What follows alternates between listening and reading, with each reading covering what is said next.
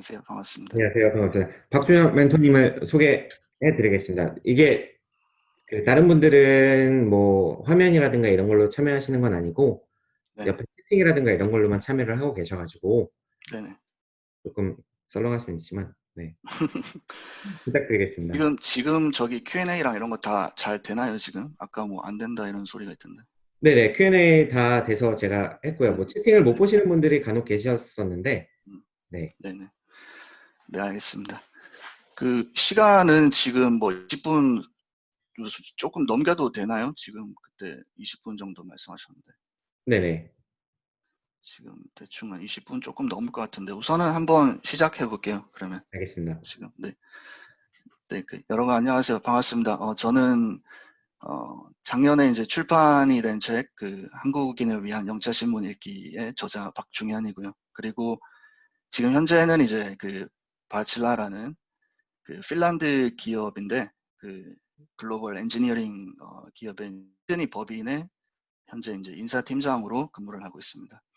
그러니까 지금 현재 이제 팀원이 지금 32명인데, 이제 32명의 이제 팀원이 있는 부서에 이제 부서장으로 있고, 우선은 이제 저 같은 경우는 오늘 제가 근무하는 회사에 대해서 잠깐 설명을 하고, 그리고 이제 해외 취업이라는 주제로 약 한 20분 정도 발표를 할 예정인데, 호주 생활이나 뭐 이렇게 소소한 일상에 관한 그런 내용 부분들은 조금 빼도록 하겠습니다. 왜냐하면 20분밖에 없기 때문에 제가 좀 그런 부분은 좀 시간 관계상 제외하고, 좀 더 실용적으로 좀 취업에 관한 팁이라든지 조금 저 마인드 세팅 쪽에 조금 포커스를 맞춰서 이야기를 하도록 하겠습니다. 그리고 Q&A 세션 같은 경우는 제가 알기로는 제 다음 연사분이 저 신현주 지사장님인가? 그분이 이제 발표가 끝나면 또 따로 있을 거로 좀 알고 있으니까 궁금한 점 있으시면 그때 질문을 하시면 제가 한도 내에서 답변을 드리도록 하겠습니다. 간단하게 이제 지금 제가 근무하는 회사를 조금 소개하자면, 이 바실라라는 회사는 이제 핀란드 기업인데, 본사는 이제 핀란드 수도 헬싱키에 있고, 약 한 180년 정도의 이제 역사가 있는 기업입니다. 지금 현재는 이제 한 80개국 정도의, 어, 한 200개 정도의 이제 지사와 법인이 있고, 직원 수는 약 한 2만 명 정도 이렇게 되고 있습니다. 지금 우리가 크게 하는 일은 이제 에너지 섹터하고 마린 섹터로 크게 나눠져 있고, 뭐 물론 뭐 다양한 산업들이 많이 있습니다만은 이제 에너지 섹터에서는 이제 주로 파워 플랜트 건설이라든지 뭐 LNG 플랜트 건설, 아니면 뭐 이제 플랜트에 들어가는 그런 엔진들 이런 것들을 이제 우리가 개발하고 만들고 있고, 그리고 마린 쪽은 이제 뭐 우리 흔히 뭐 군함들, 크루즈선들, 그리고 일반 선박들을 뭐 설계하기도 하고, 또 안에 들어가는 뭐 엔진 시스템, 뭐 발전기 등등을 다 만들고 있는 그런 기업입니다. 뭐 선박 공학 쪽은 뭐 세계에서 지금 우선은 뭐 가장 크다고 볼 수 있고요. 그러니까 뭐전 세계 선박들이 약 한 9만 척 정도가 있는데, 뭐 그 중에 한 반 이상이 저희 시스템이 들어가 있다고 그렇게 보시면 될 것 같아요. 어, 우선은 저가 지금 회사에서 맡고 있는 역할은 지금 리소스 매니저 역할을 맡고 있는데, 뭐 이게 굳이 한국말로 번역을 하자면 인사팀장 정도 될 텐데, 이게 저희 회사 같은 경우는 특성이 이제 휴먼 리소스 매니저랑 리소스 매니저가 이렇게 따로 있어요. 그러니까 휴먼 리소스 쪽은 일반 HR 펑션을 담당하고, 저 같은 경우는 이제 우리는 워낙 이제 스페셜리스트 엔지니어들이 많기 때문에 엔지니어들을 따로 이제 관리하고 채용하고, 그 사람들의 커리어를 이렇게 이제 관리하면서 또 트레이닝 플랜이나 프로젝트 플랜들을 제가 직접 짜고 이제 총괄적으로 매니징을 하는 그런 이제 우리 이게 HR에서 이제 이런 특수한 엔지니어들의 채용이나 이런 것들을 다 제대로 담당하기가 힘들기 때문에 그런 우리 회사만의 조금 특수한 포지션이라고 보시면 될 것 같아요. 리소스 매니저라는 게. 그러니까 이제 주로 하는 업무는 이제 HR 펑션하고 엔지니어링 펑션이 약간 반반 정도 섞여 있는 그런 좀 특수한 포지션이라고 생각하면 될 것 같아요. 그러니까 우선은 뭐 회사 이야기는 대충 이 정도로 하고, 제가 이제 해외 취업에 대한 이야기를 조금 시작을 한번 해보도록 할게요. 뭐 해외 취업을 준비를 하시는 분들이라면은 아마 가장 많이 궁금해 하시는 것들이 그러니까 그러니까 해외 취업의 선배들이 있다면 어떤 경로를 통해서 그런 취업을 하게 됐는가 아마 그런 것들이 제일 궁금할 것 같아요. 왜냐하면 저 또한 20대 이제 중후반 때 해외 취업을 막 고민을 할 때 그런 것들이 제일 궁금했거든요. 우선 제 그런 스토리를 잠깐 공유를 하자면 저는 우선 뭐 한국에서 대학 졸업했고 따로 정규 유학은 하지는 않았습니다. 처음으로 이제 해외 취업에 대해서 이제 동경을 좀 가지기 시작했던 게 이제 대학교 2학년 때쯤에 우리 대학교 선배님들 중에 이제 그 미국으로 유학 가신 분이 있었는데 이제 석박사 하시고 그때 이제 뉴욕 뉴저지주 항만청에 들어가신 선배님이 한 분 계셨어요. 그분의 이제 소식을 동아리 선배를 통해서 듣고 좀 좀 뭔가 알이 깨진다 그래야 되나 그런 느낌을 받았어요. 그냥 저런 길도 있구나라는 걸 그때 처음으로 느꼈던 것 같아요. 그때부터 좀 뭔가 좀 큰 세상과 좀 부딪혀 보자라는 마음이 들었고 본격적으로 영어 공부를 막 시작하고 했던 것 같아요. 그때 당시 이제 저는 공대생이었기 때문에 뭐 영어 공부를 뭐 그 당시에 막 동기들을 보면은 뭐 그냥 그렇게 토익 정도 하고 그러지 뭐 나머지는 그렇게 하지 않았던 것 같은데 저 같은 경우는 토익보다는 이제 도서관에 가서 통역 번역 책들을 주로 많이 이렇게 보면서 영어 공부를 했던 것 같아요. 그 통역 번역 위주로 영어 공부를 나름 이렇게 독학을 했고 그리고 또 이제 해외 취업에 대한 그런 자료들을 인터넷에서 뒤져가면서 막 이렇게 리서치를 대학교 3, 4학년 때 엄청 많이 했던 것 같아요. 그러니까 그리고 이제 대학 졸업하고 우선은 국내 기업에서 일을 했었습니다. 그 선박회사에서 3년 반 정도 근무를 했었고 그 후에 이제 처음으로 해외 취업을 한 게 이제 싱가포르에 있는 이제 그 영국계 선박회사인데 2012년에 이제 싱가포르에서 이제 취직이 돼가지고 근무를 했었고 이제 처음에 이제 싱가포르에 가서는 이제 조금 적응하는 기간이 필요했지만 한 1년 반 정도 지나다 보니까 이제 아무래도 한국인이 한 명도 없는 오피스 생활을 하다 보니까 아무래도 이제 영어로 업무를 진행한다든가 이런 거에 대해서 조금 이제 제가 자신감이 생기기 시작할 무렵에 이제 제가 뭐 호주 쪽으로 눈을 돌리기 시작했거든요. 네, 호주에 이제 눈여겨본 회사 몇 군데를 싱가포르에서 이제 그 이력서를 내고 그러던 차에 이제 그 지금 현재 회사에서 이제 연락이 온 겁니다. 그러니까 한번 시드니로 혹시 한번 올 수 있냐고 물어보더라고요. 전화 인터뷰 간단히 하고 그래서 저는 뭐 된다고 했고 전화를 끊은 후에 한 1시간 정도 지나니까는 회사에서 이제 이메일로 그 싱가포르하고 시드니 비행기 그 왕복 항공권하고 그 호텔 뭐 이런 거 다 예약해서 바로 보내주더라고요. 그래서 시드니로 갔고 면접은 우선은 그때 갔을 때 매니저 세 분이 계셨는데 이제 저가 이렇게 혼자 앉아 있고 한 4시간 정도 면접을 좀 이렇게 오래 했던 것 같아요. 4시간 정도 면접하고 그리고 끝나고 나서 이제 다시 저는 이제 비행기 타고 싱가포르로 돌아갔는데 그리고 한 달 정도 있다가 이제 잡 오퍼를 받고 바로 이제 취업 비자 다 준비하고 그리고 시드니로 넘어오게 됐습니다. 처음에 이제 시드니 넘어왔을 때는 이제 프로젝트 코디네이터 생활을 시작했고요. 그러니까 여러 가지 그런 엔지니어링 프로젝트 그런 거 슈퍼바이징하는 역할을 한 5년 반 정도 했습니다. 주로 이제 호주 국방부 그 호주 해군 쪽에 이제 군함들이라든지 아니면 뭐 그 이제 시드니 오페라 하우스 앞에 보면은 뭐 그 대형 크루즈 선박들이 굉장히 많이 왔다 갔다 하거든요.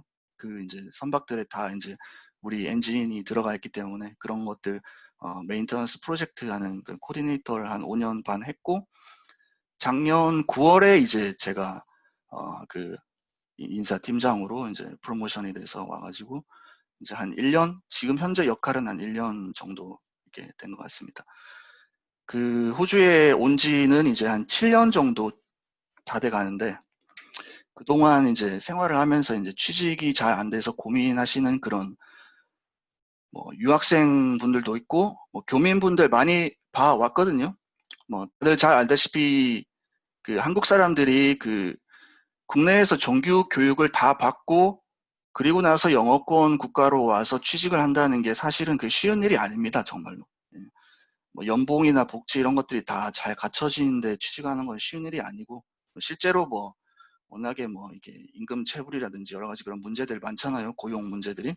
그러니까 이게 단순히 한국을 좀 탈피하기 위한 그런 일종의 현실 도피 수단 이런 것 정도로 생각하면은 뭐 굉장히 성공을 하기 굉장히 힘들다고 제가 말씀드릴 수 있고, 그러니까 중요한 거는 좀 이렇게 국제적 마인드 그리고 뭐 여러 가지 감각, 현지 언어를 또 꾸준히 공부하는 건 당연히 중요하고, 여러 가지 또 리서치 이런 것들이 다 합쳐져야지 본인에게 그 꼭 맞는 마음에 드는 그런 포지션이 아마 주어질 날이 올 것 같아요. 그 구직자들 조금 이렇게 만나다 보면은 좀 듣는 질문들이 있는데, 그게 이제 뭐 한국 사람들이 보통 이런 질문 많이 하잖아요. 그러니까 내가 뭐 이런 스펙을 가지고 있는데 이런 걸 하는 게 가능할까요? 이런 것들을 많이 질문을 하는데, 좀 해외 취업은 조금 다르게 접근을 하셔야 됩니다. 이런 사실 한국에서야 이런 고정적인 뭐 일정 스펙이라는 그런 틀이 있지만, 외국에서는 그런 것보다도 다양한 그 외적인 그 팩터들이 굉장히 많아요. 그래서 현지 언어들을 잘 구사하는 거는 뭐 기본이고, 그 다음에 뭐 문화도 우선은 잘 알아야 되고, 또 선입견하고도 또 싸워야 합니다. 뭐 한 가지 예를 들면은 그 캐나다 토론토에서 한 대학교에서 이제 실험을 한 게 있는데, 그 13,000개의 그 가짜 그 더미 이력서를 만들어서 이제 온라인에 올라온 구인 광고를 통해서 3,000개의 이제 잡의 이제 어플리케이션을 다 냈어요. 근데 이제 이 실험이 뭘 하는 실험이었냐면, 그러니까 똑같은 이력사항을 가지고 있을 때 그 아시아계, 인도계 이름을 가진 지원자와 그리고 영어 그 이름을 가진 지원자들의 이제 그 리스폰스 그 반응을 체크하는 그런 실험이었어요. 그러니까 실험 결과가 이제 아시아계나 인도계 이름을 가졌을 때 이제 full English name을 가진 그 캔디데이트보다 약 30% 정도 면접에 불려질 확률이 낮았다고 이렇게 조사가 됐거든요. 근데 사실은 뭐 말이 30%지 사실은 그거보다 더 하면 더했지 절대로 덜 하진 않습니다. 그런 무의식적인 선입관들이 굉장히 큰 영향을 미치기 때문에, 너무 그런 스펙 이런 거에 치중을 하기보다는 눈에 좀 안 보이는 그런 여러 가지 변수들을 다 잘 파악을 해야 아무래도 대처를 잘 할 수 있겠죠. 우리가 이력 사항을 당장 바꾸거나 뭐 우리가 조작을 할 수는 없잖아요. 그러니까 이력서를 쓸 때는 우리가 거짓말을 하지 않는 선에서 최대한 좀 과장을 하는 그런 방법도 알아야 됩니다. 그러니까 뭐 예를 들어서 한국 남성들 군대 다 갔다 오셨잖아요. 뭐 과장을 한다면은 뭐 제가 예를 들으면 뭐 군대 갔다 온 것도 좋은 경력처럼 보이게 할 수가 있어요. 그러니까 뭐 예를 들어서 뭐 Republic of Korea, 뭐 Army 이렇게 그냥 단순히 적는 것보다는 그런 것들을 조금, 왜냐하면 그 의무복무가 한국처럼 하는 그런 나라가 드물기 때문에 이게 뭐 직업으로 보이게 내가 잘만 만들면 인식이 될 수 있거든요. 그러니까 그런 듀티나 뭐 내가 뭐 responsibility가 뭐였는지, 그런 보직이 뭐였는지 이런 것들을 블랙 포인트 형식으로 이렇게 잘 적어 놓으면은 뭐 당연히 그게 없는 것보다는 훨씬 낫겠죠. 그리고 또 뭐 그런 블랙 포인트를 쓸 때, 예를 들어서 내가 뭐 레이더를 만드는 회사에 지원을 한다. 그럴 때 뭐 내가 군대 생활을 할 때 뭐 레이더를 만드는 뭐 부대 내에 레이더를 수리를 하는데 내가 몇 번 뭐 보조로 참여를 한 적이 있다. 이런 정도 그냥 아이템으로 그냥 넣어주는 겁니다. 블랙 포인트에. 뭐 그 정도 과장은 뭐 사실 어차피 확인도 안 되고, 그런 경험이 있다고 해서 그 엠플로이어 입장에서 뭐 대단한 기대를 하거나 그러지도 않거든요. 그러니까 그런 거는 그냥 어느 정도 아주 살짝 그냥 양념을 쳐주는 그런 거는 조금 활용을 하는 게 좋아요. 그리고 또 이제 국내파 유학파 출신이 아니고 국내에서 대학을 나온 사람들은 아무래도 외국의 인사 담당자들이 한국의 대학교를 잘 모르기 때문에 좀 불리한 거는 어쩔 수 없겠죠. 그러니까 그런 부분도 그러니까 뭐 예를 들어서 특히 국립대에 나오신 분들, 뭐 내가 뭐 예를 들어서 가령 뭐 경북대학교를 나왔을 때 그냥 경북 유니버시티 이렇게 적는 것보다는 앞에 그래 최소한 뭐 국립이라는 것들이라도 강조를 한다든가, 뭐 내셔널 경북 유니버시티 이런 식으로 뭐 그런 식으로 이제 뭐 그러니까 그것도 있고, 뭐 또 내 이름을 쓸 때는 앞서 말했다시피 그 아무래도 한국 이름을 영어로 표기하는 것보다는 내 영어 잉글리시 네임을 그 CV에 적는 게 조금 더 나을 수 있어요. 그러니까 그런 게 저 자신도 이제 제 엘리엇이라는 제 영어 이름을 항상 CV에 적거든요. 그러니까 그게 우리가 패밀리 네임까지는 바꿀 수 없지만 그래도 최소한 그래도 퍼스트 네임만이라도 영어 이름을 적고, 그런 것들이 뭐 이렇게 크게 변별력이 주는 거는 아니지만 이게 사소한 디테일들이 모이면은 또 이게 또 시너지가 되는 그런 또 상황이 있거든요. 그러니까 내 이력서를 구석구석 살펴보고 조금 이제 나를 돋보이게 만드는 그런 좀 그런 방법을 나름대로 잘 연구해 보시면은 좋을 것 같아요. 그리고 커버레터 같은 경우는 보통 이제 매니저들이 보통 커버레터 한 30초 정도 이렇게 본다고 하거든요. 그러니까 짧은 시간에 좋은 인상을 남겨야 됩니다. 그러니까 뭐 그것도 하나 팁을 드리자면 이 해당 업계의 글로벌 트렌드를 따라가는 게 좋습니다. 예를 들어서 뭐 엔지니어링 업계라면 뭐 세이프티 관련한 그런 것들이 관심이 높아지고 있고, 뭐 에너지 기업들이라면 뭐 기후 변화, 환경 보호 이런 것들에 대한 관심이 높아지고 있잖아요. 그런 게 세계적인 이슈니까 그런 것들에 대한 그런 화두를 건드리고 내가 나름의 뭐 개선 방안이라든지 이런 것들을 제시하면은 뭐 조금 좋은 인상을 남길 수가 있겠죠. 그리고 면접에 대해서 이제 또 이야기를 좀 해보자면, 뭐 면접은 뭐 다들 아시다시피 그 면접 자체로 굉장한 스트레스죠. 그게 우리가 면접이라는 거는 기본적으로 우리가 이해해야 될 거는 일단 면접은 불공평한 게임입니다. 기본적으로. 그러니까 면접관의 입장에서 뭐 저도 마찬가지지만 사람을 뽑을 때 일종의 그 바이어스가 개입이 될 수밖에 없거든요. 인종, 뭐 성향, 성별 이런 것들이. 그러니까 본능적으로 나와 또 혹은 우리 팀과 유사한 성향의 사람을 고르게 되어 있어요.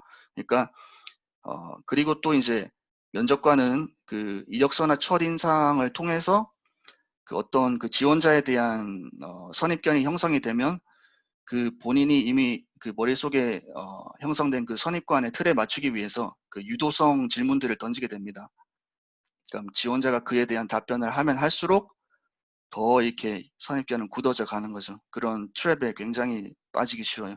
면접관들이 그런 걸 의도적으로 하는 게 아니라 본인들조차도 모르고 그런 질문들을 하는 거예요. 그러니까 그런 것들, 심리적인 그런 요소들도 간과하지 말고 본인의 약점을 보완하고 장점을 최대한 살리면 되겠죠. 내 약점과 장점을 제일 잘 알 수 있는 거는 뭐 셀프 리플렉션을 많이 하는 것밖에 없어요. 성찰을 많이 하시고 내 약점과 장점을 최대한 객관적으로 파악을 하는 게 굉장히 중요합니다. 그리고 직장을 알아보실 때 전공에 너무 이렇게 전공에 너무 목을 매시는 분들이 많은데 그럴 필요 없어요. 그러니까 세계적으로 많은 대기업들에서 신입사원들 선발하고 부서 배정을 하는 그런 평가 분류 그 방식에서 대학교 전공별로 분류를 한 것과 기업의 자체 시스템을 통해서 분류를 한 것을 이렇게 비교를 해서 단연간 그 실험을 한 경우가 굉장히 많아요. 그런 것들 다 보면은 그 전공별로 부서 배정을 한 것보다는 그 기업 자체 평가 시스템을 통해서 부서 배정을 한 게 훨씬 더 퍼포먼스가 몇 년 뒤에 이제 측정을 해보면 나았다라는 결과들이 많이 있었기 때문에 이게 전공에 너무 이렇게 막 목매고 할 필요 없습니다. 그러니까 전공이라는 거는 그냥 내가 조금 다르더라도 업무를 기업에 취직을 해서 업무를 해나가는데 뭐 아무런 지장이 없기 때문에 그런 좀 다양한 분야를 좀 보고 좀 이렇게 트라이를 하는 그런 것들이 중요할 것 같아요. 그 예전에 제가 그 OECD 외교관이었던 그 김효은 씨가 쓴 책을 한번 본 적이 있는데 그 국제기구에 그 거침없이 도전하라 그 책. 그 거기 보면 이런 말이 나오거든요. 그러니까 한국의 중학생들 좀 똑똑하다는 그런 중학생들한테 이제 뭐가 될 거냐고 물어봤을 때 뭐 이런 말을 많이 한다고 해요. 그러니까 뭐 나는 외국어 고등학교에 가서 정치 외교를 전공해서 국제기구에 가겠다 이런 말들을 많이 한다고 하는데 그게 이제 그런 것들만 봐도 우리 한국 사람들이 이미 학생 때부터 얼마나 그 틀 속에 갇혀져 있는지 그런 걸 굉장히 여실히 보여주는 대목이거든요. 그러니까 꼭 그 실제로 국제기구에 있는 분들 보면은 실제로는 정치외교학 전공한 분들이 그렇게 많지 않아요. 그러니까 다들 본인의 분야에서 그 스페셜티를 키우고 외국어를 잘 해서 이렇게 진출하신 분들이 많지. 그러니까 그런 하나의 길만 있는 게 아니에요. 여러 가지. 그러니까 다양한 분야를 이렇게 내 울타리 속에만 갇혀 있지 말고 어, 내 울타리 밖에 어떤 세상이 있는지 항상 관심을 가지고 이렇게 다양한 그런 트라이를 하시는 게 아무래도 그런 그 기회를 높일 수 있는 그런 방법이 아닌가 뭐 그렇게 생각합니다. 그리고 그러니까 이게 방금 말씀드렸다시피 고정관념이라는 거, 그러니까 항상 그 고정관념의 틀을 깨시려고 노력을 하셔야 돼요. 그러니까 예전에 우리 하나 일화를 소개하자면 우리 그 감기약이 있을 때 예전에 우리 그 애기들이 감기약을 먹지 않을 때 보통 사람들은 뭐 우리는 우리 어릴 때는 뭐 이런 것도 없어서 못 먹었는데 요즘 애들은 배가 불렀다라는 식으로 이렇게 뭐 상황을 바라보잖아요. 근데 또 어떤 사람들은 그런 것들을 어떻게 하면은 애기들이 감기약을 잘 먹을 수 있을까 이런 걸 고민해서 뭐 딸기맛, 포도맛 시럽을 개발해내잖아요. 그죠? 그러니까 이게 사실 별거 없어요. 그냥 조금만 다르게 생각하면은 이게 희한한 길들이 다 보이거든요. 그러니까 그런 좀 생각에 좀 알을 깨고 나오려는 좀 마인드를 장착을 하시면 내 목표가 무엇이든 간에 도움이 많이 될 거라고 이렇게 생각합니다. 이게 뭐 꼭 사업에 꼭 연관된 이야기가 아니라 뭐 사업이든 취업이든 똑같아요. 예, 결국 그 인생이라는 그 게임이 큰 틀에서 보면은 조금 고정관념을 넘어서서 좀 새로운 시각이나 안목, 그런 좀 센스가 있는 게 굉장히 중요해요.